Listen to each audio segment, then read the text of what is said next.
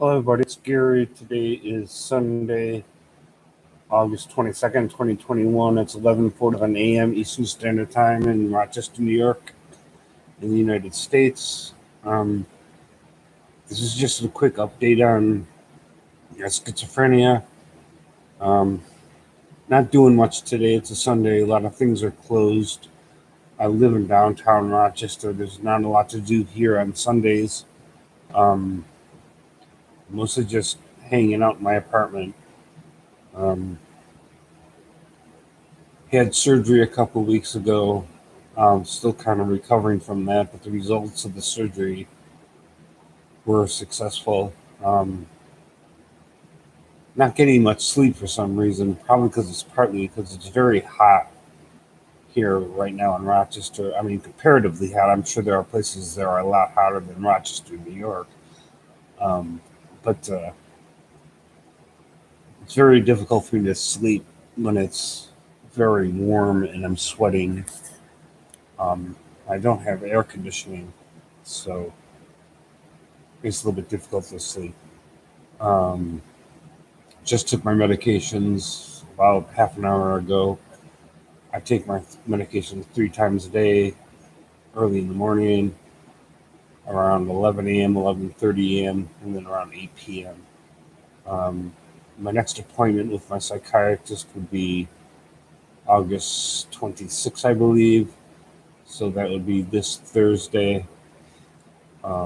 Right now, I'm in the process of recertifying from my apartment. Um, there's some documents I have to get from the Internal Revenue Service. For those of you outside the United States, that's the federal tax collection agency in the United States. I have to provide documents to my landlord by the 1st of September from the IRS showing whether or not I filed an income tax for 2020, a federal income tax for 2020. Um, and I did not. I didn't have enough money to need to file an income tax. Uh, so my landlord needs these papers for me keeping my apartment and renewing my lease.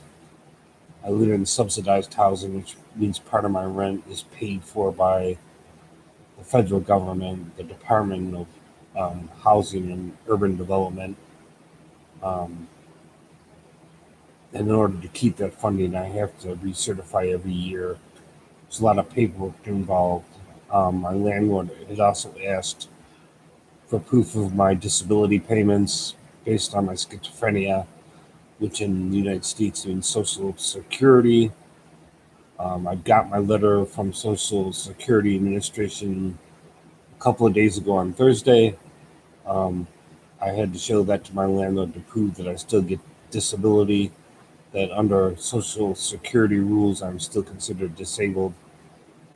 In my case, for mental health reasons, um, and I've already given those papers to my landlord.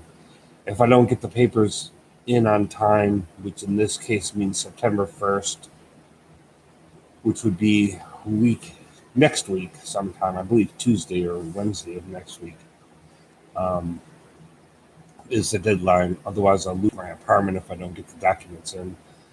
Um, I called the IRS on Thursday. I called the IRS on Thursday to ask for the needed papers, but I'm not sure I'm going to get them on time. So I'm going to call the IRS tomorrow again, the Internal Revenue Service, and ask for an appointment so I can get the paperwork in person and not miss the deadline. If I miss the deadline, I'm going to lose my apartment, which is probably one of the reasons I'm losing sleep. I'm very nervous about getting all this done. Um, been very nervous, not so much paranoid, not so much hearing voices, just under a lot of stress. Um, just got done with surgery. I had a urinary catheter that I was wearing for 4 months that I had taken out on Friday, which was, or was it Thursday? Thursday or Friday, I had it taken out. Um, and to see if I could urinate on my own again after surgery, and I was. So the surgery was successful. Watch my other videos for details on that. I made a couple of videos over the past few days about my surgery. Um, but not sleeping well, very, very nervous, a lot of anxiety, a lot of tension. For some reason, I feel nauseated. I don't think it's anything physical. Just a lot of anxiety tends to make me nauseated in my stomach. I take Zofran medicine for nausea. Um, I always hear voices. That's nothing new. That's with me. That's a constant. But that's not any worse than normal. Neither is my paranoia. At least I don't think, as far as I can tell, subjectively. Um, Probably just gonna stay in today. Don't have a whole lot of motivation to do much today. Probably because I didn't get any sleep last night. I think I went to bed like, I don't know, 9, 10 o'clock last night, and I was up this morning since 1 a.m. So I got a few hours of sleep, not a whole lot.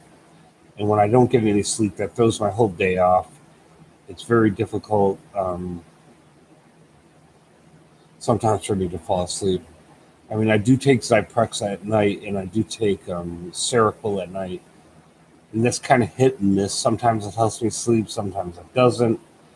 Um, Both the Seroquel and the Zyprexa are antipsychotic medications, but they also both can make you drowsy and fall asleep, which I suppose they did last night.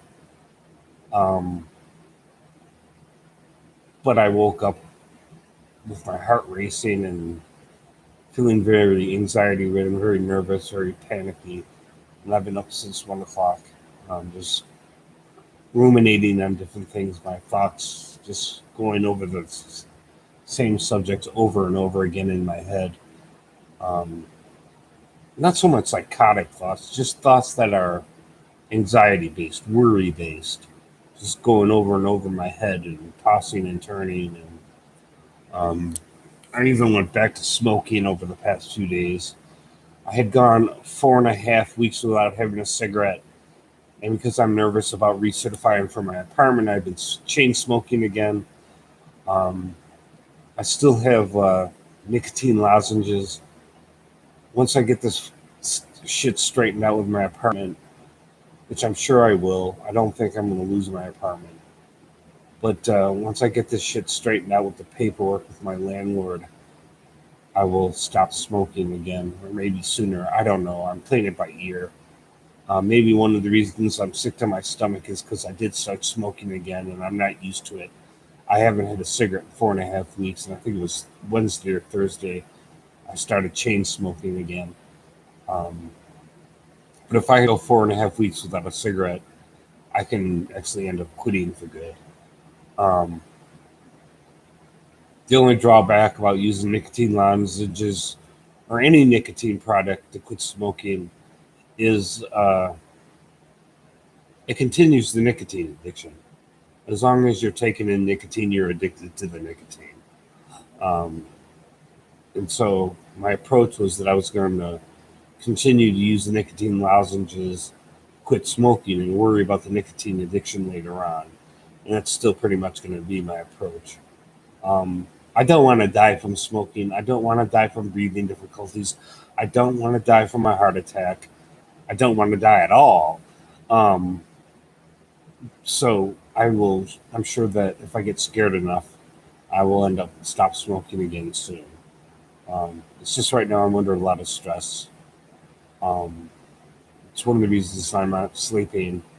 I sweat a lot when I'm nervous, which is made worse by the heat um, in this part of Rochester at this time of year. It's very warm, um, even at nighttime when the sun goes down. So part of me is not doing all that well, but I guess I'll survive. I'm going to call the IRS tomorrow and straighten out all this paperwork stuff with my apartment. Like, comment, share, subscribe.